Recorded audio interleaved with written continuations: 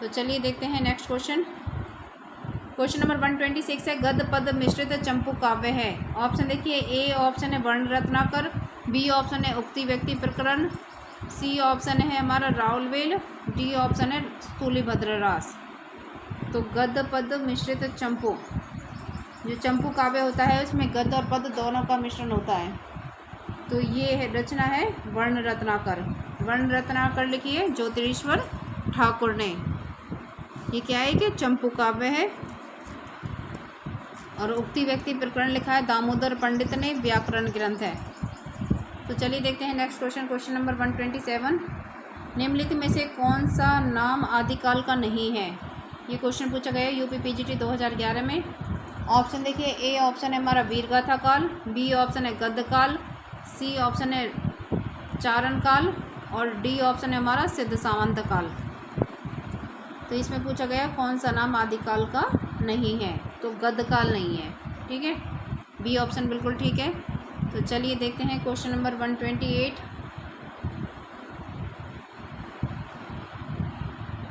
एक बार इस पर नज़र डाल लेते हैं, इम्पोर्टेंट है। आदिकाल का नामकरण। अब देखिए,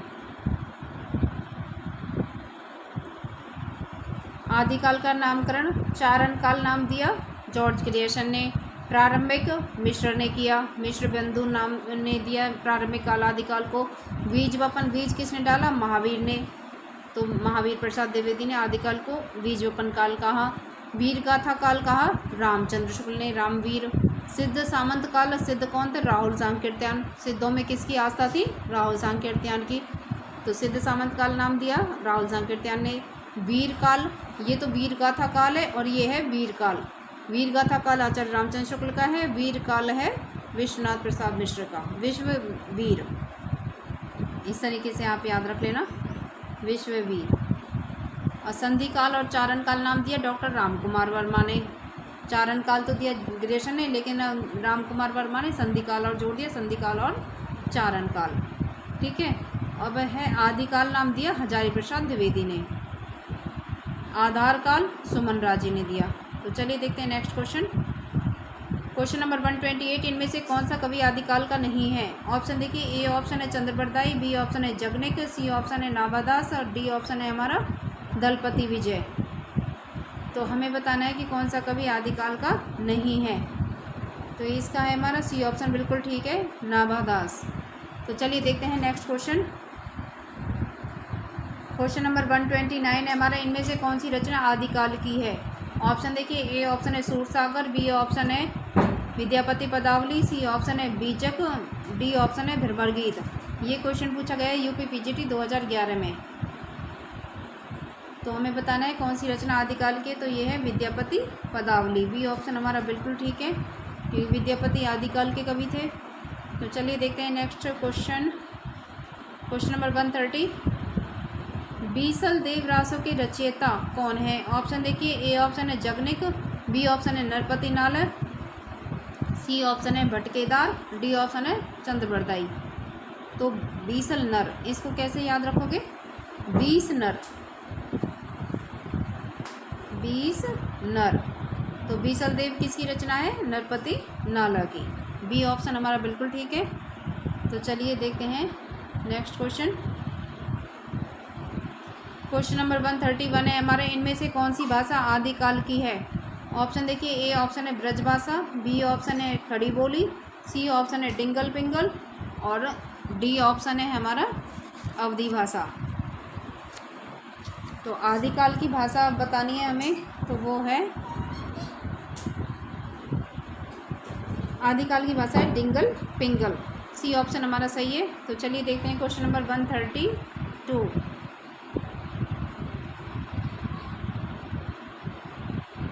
अपभ्रंश के प्रथम महाकवि कौन थे। ऑप्शन देखिए, ए ऑप्शन है हेमचंद्र, बी ऑप्शन है स्वयंभू, सी ऑप्शन है रामचंद्र, डी ऑप्शन है सोमप्रभु सूरी। ये क्वेश्चन पूछा गया है यूपी पीजीटी 2011 के क्वेश्चन दे रखे सारे मैक्सिमम। तो अपभ्रंश के प्रथम महाकवि थे स्वयंभू। ठीक है, तो चलिए देखते हैं इनको हम क्या माना जाता है। स्वयंभू को अपभ्रंश का वाल्मीकि और पुष्पदंत को अपभ्रंश का भवभूति। अब है क्वेश्चन 133। अपभ्रंश काव्य का सुप्रसिद्ध छंद कौन सा है? ये क्वेश्चन भी यूपी पीजीटी 2011 का है। ए ऑप्शन है कड़वक, बी ऑप्शन है पद्धरी, सी ऑप्शन है रास और डी ऑप्शन है हमारा ईहा। तो अपभ्रंश का सुप्रसिद्ध छंद कौन सा है? अपभ्रंश का सुप्रसिद्ध छंद है हमारा पद्धरी। ठीक है, ये क्वेश्चन मोस्ट इम्पोर्टेंट है। तो चलिए देखते हैं नेक्स्ट क्वेश्चन। क्वेश्चन नंबर 134 देखिए, ये यूपी पीजीटी 2013 में पूछा गया है। पुस्तक जलहन हथ दे चली गज्जन निरप्रकाश में जलहन को कौन सी पुस्तक देने का उल्लेख है? ऑप्शन देखिए, ए ऑप्शन है बीसल देव रासो, बी ऑप्शन है हमीर रासो, सी ऑप्शन है पृथ्वीराज रासो, डी ऑप्शन है विजयपाल रासो। तो क्वेश्चन नंबर 134 का सी ऑप्शन हमारा बिल्कुल ठीक है, पृथ्वीराज रासो। तो चलिए देखते हैं नेक्स्ट क्वेश्चन। जलन कौन था? ये चंद्रवरदाई का पुत्र था। क्वेश्चन नंबर 135 है हमारा, राजमती से रूठकर बीसलदेव कहाँ गया था? ये क्वेश्चन पूछा गया था यूपी पीजीटी 2013 में। ऑप्शन देखिए, ए ऑप्शन है कर्नाटक, बी ऑप्शन है उड़ीसा, सी ऑप्शन है तमिलनाडु और डी ऑप्शन है आंध्र प्रदेश। तो राजमती से रूठकर बीसलदेव उड़ीसा चला गया था, बी ऑप्शन सही है। तो चलिए देखते हैं नेक्स्ट क्वेश्चन। जो ये बीसलदेव रासो के रचयिता कौन है? नरपति नाला। और यह ग्रंथ कितने खंडों में? 4 खंडों में। खंड 2 में यह वर्णित है,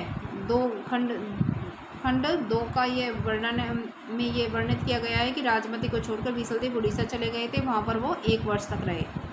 तो चलिए देखते हैं नेक्स्ट क्वेश्चन। क्वेश्चन नंबर 136 है, सन 909 से 27 कथा आरंभ बैन कवि कहा में 9 से 27 ईस्वी का सन क्या होगा? ऑप्शन देखिए, ए ऑप्शन है 1525 ईस्वी, बी ऑप्शन है 1550 ईस्वी और सी ऑप्शन है हमारा 1540 ईस्वी, डी ऑप्शन है 1520 ईस्वी। तो इसका है हमारा क्वेश्चन नंबर 136 का हमारा एक सेकंड, डी ऑप्शन बिल्कुल ठीक है, 1520 ईस्वी। तो चलिए देखते हैं नेक्स्ट क्वेश्चन। क्वेश्चन नंबर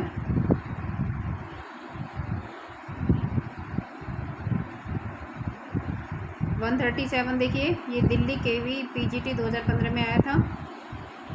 इनमें से किस ग्रंथ में लिखा है कि अग्नि परीक्षा के बाद सीता जैन धर्म में दीक्षित हो जाती है? ऑप्शन देखिए, ए ऑप्शन है हमारा महापुराण, बी ऑप्शन है परमात्मा प्रकाश, सी ऑप्शन है भविष्य कथा, डी ऑप्शन है पाउंचर्यो।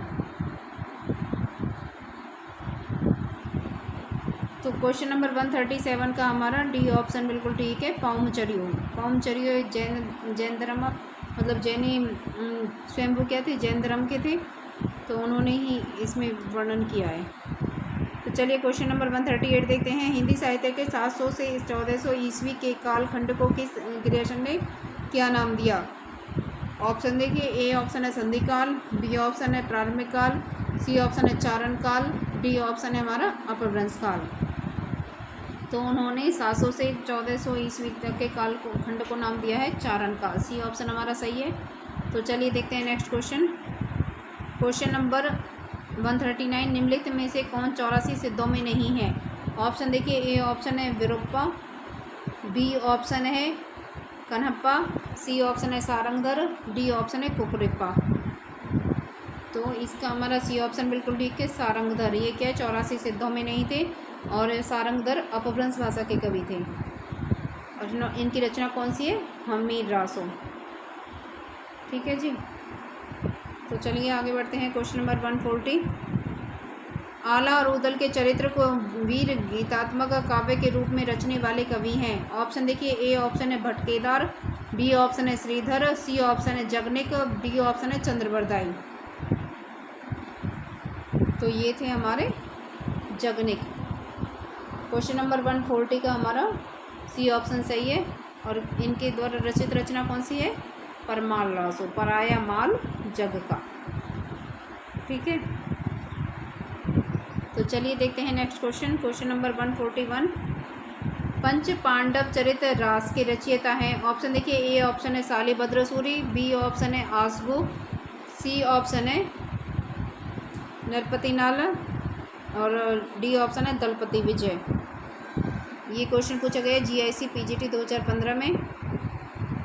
तो पंच पांडव चरित्र के रास के रचयिता हैं शालिभद्र सूरी। इसको कैसे याद रखेंगे? पंचशाली। ठीक है, जैसे वो उसे भरतशाली के नाम से याद रखा था, इसे पंचशाली के नाम से। तो चलिए देखते हैं next question, question number 142।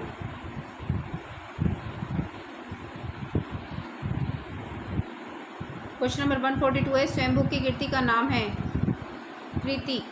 Option देखिए, ए ऑप्शन है पद्म पुराण, बी ऑप्शन है महापुराण, सी ऑप्शन है पाहुड़ दोहा और डी ऑप्शन है पौमचरियो।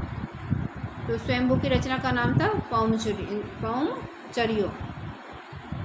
ठीक है, महापुराण किसकी थी? पुष्पदंत की। पाहुड़ दोहा राम सिंह की थी और पद्म पुराण पद्म सिंह, नहीं पद्म पुराण थी हमारी वेद व्यास की, महर्षि वेद व्यास। तो चलिए आगे बढ़ते हैं, क्वेश्चन नंबर 143। भविष्य कथा किसकी रचना है? ऑप्शन देखिए, ए ऑप्शन है राम सिंह, बी ऑप्शन है देवसेन, सी ऑप्शन है धनपाल, डी ऑप्शन है पुष्पदंत। तो भविष्य किसका देखा गया? धनपाल का। भविष्य में क्या देखा गया? धन देखा गया। इस तरह से कैसे भी याद रख सकते हैं। तो सी ऑप्शन सही है, धनपाल। तो चलिए देखते हैं नेक्स्ट क्वेश्चन, क्वेश्चन नंबर 144। मुकरी लिखने का सर्वप्रथम प्रयास किस कवि ने किया था?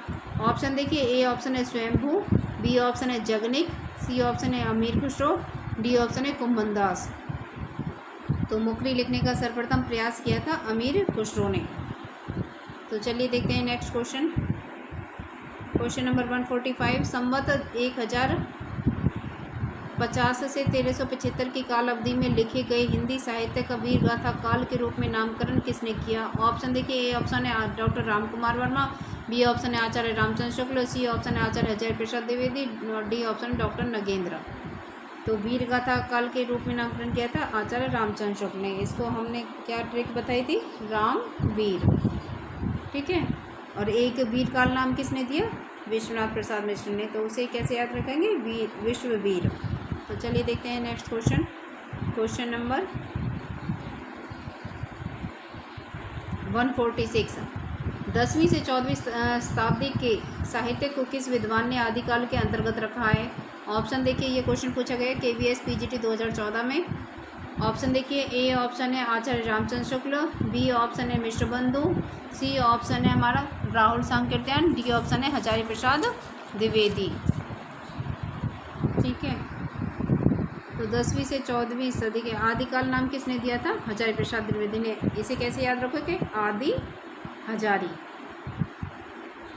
ठीक है, तो चलिए देखते हैं